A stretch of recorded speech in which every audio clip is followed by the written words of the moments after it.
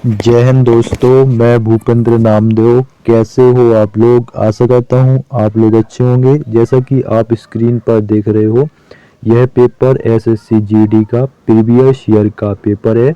यानी जो आपकी पिछली भर्तियाँ एसएससी जीडी की निकली हुई थी, उसका एक पूरा आंसर की है। तो आज हम जीके जीएस के सेक्शन को या जीके जीएस के पार्ट को सॉल्व करने वाले हैं। ये आप देख सकते हो, part B, general knowledge and general awareness. तो चलिए दोस्तों, वीडियो स्टार्ट करते हैं बिना किसी देरी के। इससे पहले भी कुछ प्रीवियस ईयर के पेपर जिसमें आपका जीके, रीजनिंग, मैथ और आपका हिंदी के प्रीवियस ईयर के पेपर में सॉल्व करवाया हूं। तो अगर आपने नहीं देखे हैं और देखना चाहते हैं तो वीडियो प्लेलिस्ट पर जाकर देख सकते हैं। ये रहा पहला प्रश्न। पहला भारतीय वाणिज्यिक बैंक जिसका पूर्ण स्वामित्व और प्रबंधन भारतीयों के हाथों में था, डैश में स्थापित किया गया था। तो उस बैंक का नाम तो है भाई सीबीआई। क्या नाम है? सीबीआई। और कब स्थापित किया गया था? 1911 में स्थापित किया गया था। सीबीआई यानी सेंट्रल बैंक ऑफ इंडिया। ठीक है, तो ऑप्शन 4 बिल्कुल सही होगा। इसकी स्थापना 1911 में हुई थी, जिसका पूर्ण स्वामित्व और प्रबंधन भारतीयों के हाथ में था। ठीक है, अगला प्रश्न। अगला प्रश्न है, नवंबर 2020 में भारतीय नौसेना की 5वीं स्कॉर्पियन श्रेणी की पनडुब्बी डैश मुंबई के मझगांव डॉक में जलावतरित की गई। तो कौन सी? आपका बागीर के। कहां पर? वागीर श्रेणी की पनडुब्बी बागीर के मझगांव डॉक में जलावतरित की गई। तो ऑप्शन 2 बिल्कुल सही होगा। ठीक है, अगला प्रश्न देखिए।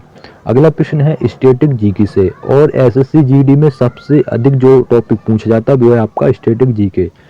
अगला प्रश्न है, देवी अम्बा निम्न में से किस नृत्य नाटक प्रदर्शनों की अधिष्ठात्री देवी हैं? अधिष्ठात्री देवी हैं तो किस? तो दोस्तों भवाई नृत्य। कौन सा? भवाई नृत्य।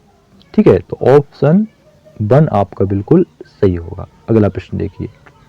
अगला प्रश्न फिर से आपका है करंट अफेयर्स से।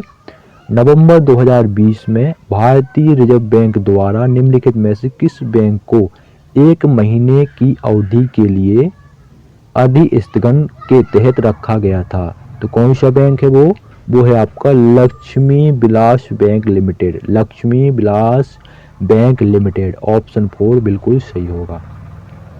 अगला प्रश्न देखिए। अगला प्रश्न है आपका, इनमें से कौन सा भू साधनों के उत्पादक और उपभोक्ता हैं? तो कौन सा? तो दोस्तों वो हैं आपके मानव। कौन है? मानव। ऑप्शन 3 बिल्कुल सही। अगला प्रश्न देखिए।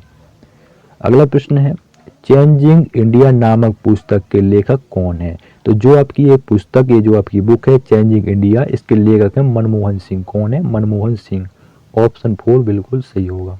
अगला प्रश्न। अगला प्रश्न है, चंपानेर पावागढ़ पुरातात्विक उद्यान किस राज्य में स्थित है? तो दोस्तों जो आपका चंपानेर आपका पुरातात्विक उद्यान है आपका गुजरात राज्य में स्थित है। ऑप्शन 4 बिल्कुल सही। ठीक है, ये प्रश्न अच्छे हैं और नोट करते जाओ, यही आपका अधिकतर पूछे भी जाते हैं। ठीक है, अगला प्रश्न है, नवंबर 2020 में रविशंकर प्रसाद द्वारा विदेश मंत्रालय के साथ समन्वय में उमंग मोबाइल ऐप के अंतर्राष्ट्रीय संस्करण को कितने देशों में लॉन्च किया गया था? तो 9 देशों में लॉन्च किया गया था। किसने? 9 देशों में। तो ऑप्शन 1 बिल्कुल सही होगा। अगला प्रश्न। अगला प्रश्न खेल कूद के टॉपिक से है। निम्नलिखित में से कौन सा खेल कौन के कैप गोल्ड कप से संबंधित है? तो कौन सा? फुटबॉल। कौन सा? फुटबॉल। ऑप्शन 3 बिल्कुल सही होगा। फुटबॉल जो है वो आपका कौन के कैप गोल्ड कप से संबंधित है। ठीक है, अच्छा प्रश्न है, नोट कर लो।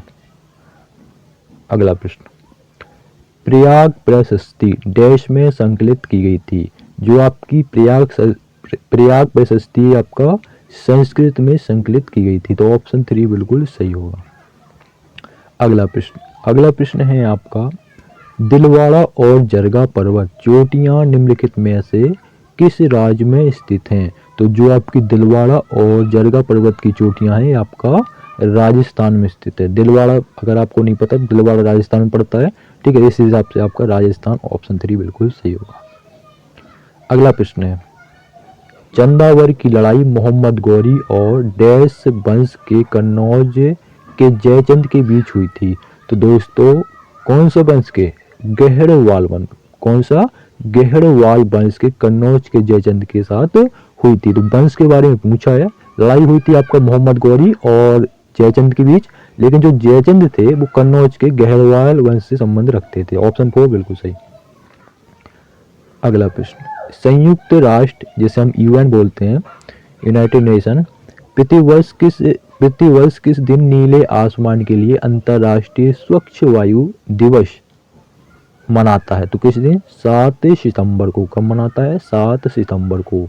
ठीक है, ऑप्शन 1 बिल्कुल सही होगा, 7 सितंबर को मनाता है। ठीक है, अंतर्राष्ट्रीय स्वच्छ वायु दिवस। अगला प्रश्न, निम्नलिखित में से किस क्रिकेट खिलाड़ी ने नवंबर 2020 में खेल के सभी प्रारूपों से संन्यास लेने की घोषणा की थी? तो किस खिलाड़ी ने? तो दोस्तों उनका नाम है सुदीप त्यागी। क्या नाम है? सुदीप त्यागी। तो ऑप्शन 1 बिल्कुल सही होगा।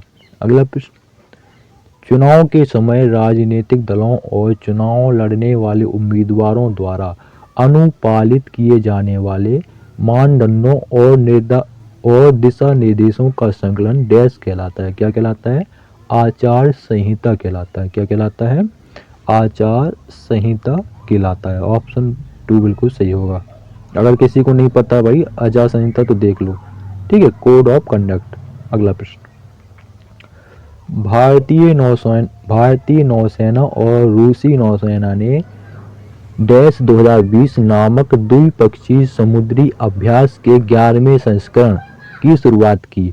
तो दोस्तों भारतीय नौसेना और रूसी नौसेना ने इंद्रदेवी, कौन सा? इंद्रनेवी 2020 नामक द्विपक्षीय समुद्री अभ्यास। ठीक है, इंद्रनेवी। क्या नाम था? इंद्रनेवी। तो ऑप्शन 3 बिल्कुल सही।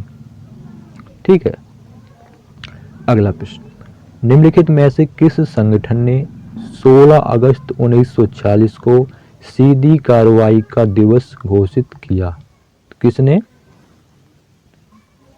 तो दोस्तों मुस्लिम लीग ने। किसने? मुस्लिम लीग ने। ऑप्शन 3 बिल्कुल सही होगा।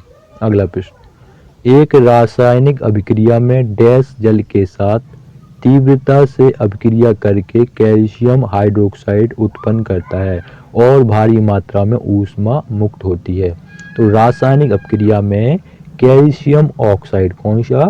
कैल्शियम ऑक्साइड जल के साथ। ठीक है, तो ऑप्शन 2 सही होगा, कैल्शियम ऑक्साइड। अगला प्रश्न, माइकल फेल्प्स किस खेल से संबंधित है? तो दोस्तों ये तैराकी से संबंधित है। किससे? तैराकी से। ऑप्शन 1 बिल्कुल सही होगा। खेलकूद का भैया काफ़ी प्रश्न पूछे जाते हैं, 3 से 4 प्रश्न, किसी में 5 भी पूछ लेते हैं। 2011 की जनगणना के अनुसार निम्नलिखित में से किस राज्य का जनसंख्या घनत्व 800 से अधिक था? तो किस राज्य का? तो दोस्तों केरल राज्य का। किस राज्य का? केरल। ऑप्शन 2 बिल्कुल सही होगा।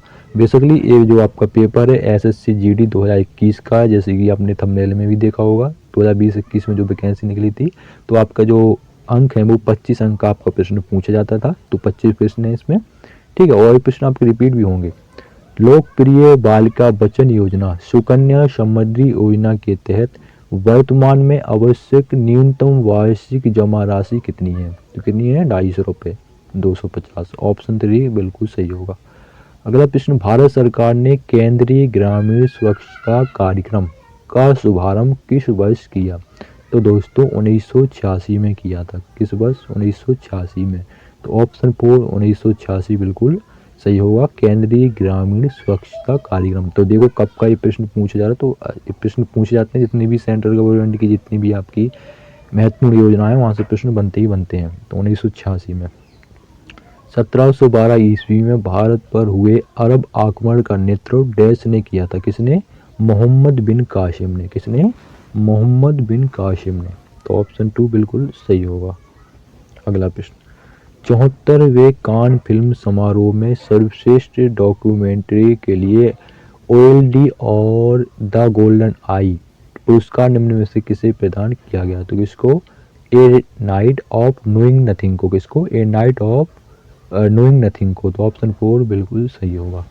अगला प्रश्न, अगला और आखिरी, भारत में चुनाव सुधारों के संदर्भ में VVPAT में टी का क्या अभिप्राय है? तो टी का अभिप्राय है ट्रेल। क्या है? ट्रेल।